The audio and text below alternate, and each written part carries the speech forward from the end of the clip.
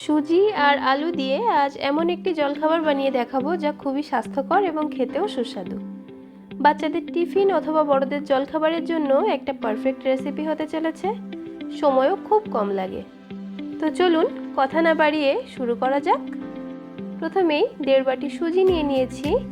এবার ওই একই বাটির মাপে 1.5 বাটি জল দিয়ে মিক্সিতে মিহি পেস্ট করে নিয়েছি। সুজির পেস্টটা একটা বোলের মধ্যে ঢেলে নেব।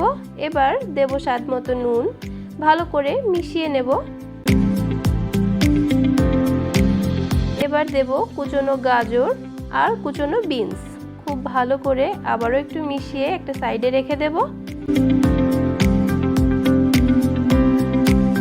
এবার কড়াইতে সামান্য ওই 1 টেবিল স্পুনের মতো সরষের তেল দিয়ে তেলটা গরম হয়ে আসলে দিয়ে দেব খুব সামান্য একটু থেতো করে রাখা আদা, একটু ভাজা ভাজা করে দিয়ে দেব কুচনো পেঁয়াজ, সামান্য কাঁচা লঙ্কা কুচি,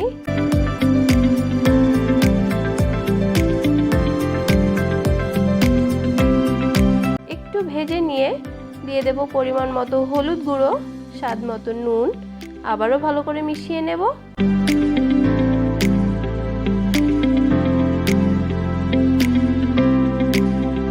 সামান্য কিছু গুঁড়ো মশলা আমি এখানে ব্যবহার করেছি।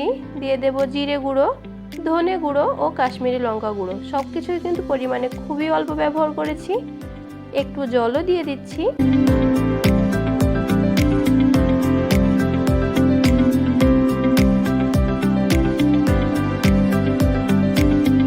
ভালো করে সব কিছু মিশিয়ে নিয়ে দিয়ে দেব একটা বড় সাইজের আলু, যেটা আমি আগে থেকেই সেদ্ধ করে ম্যাশ করে রেখেছিলাম।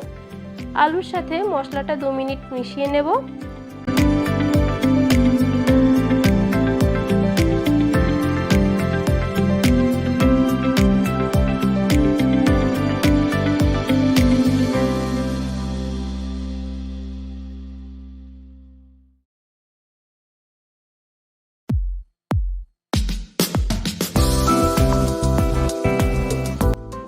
সবকিছু মিশিয়ে আলুর পুরটা রেডি করে নিয়েছি।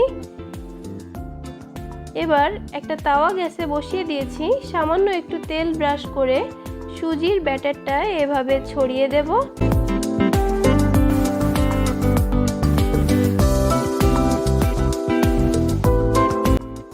30 থেকে 40 মিনিটের জন্য ঢাকা দিয়ে সেট হতে দেব।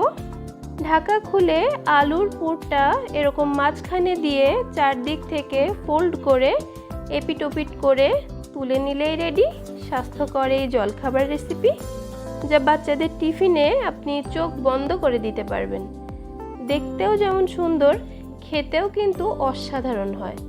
একবার বাড়িতে বানিয়ে দেখুন, আশা করি ছোট থেকে বড় সবাই পছন্দ করবে। আজ এ পর্যন্ত। আমার ভিডিও যদি আপনাদের ভালো লেগে থাকে তাহলে আমার চ্যানেলটিকে ফলো করে নেবেন আর কমেন্ট করে জানাবেন কে কোথা থেকে আমার ভিডিও দেখছেন।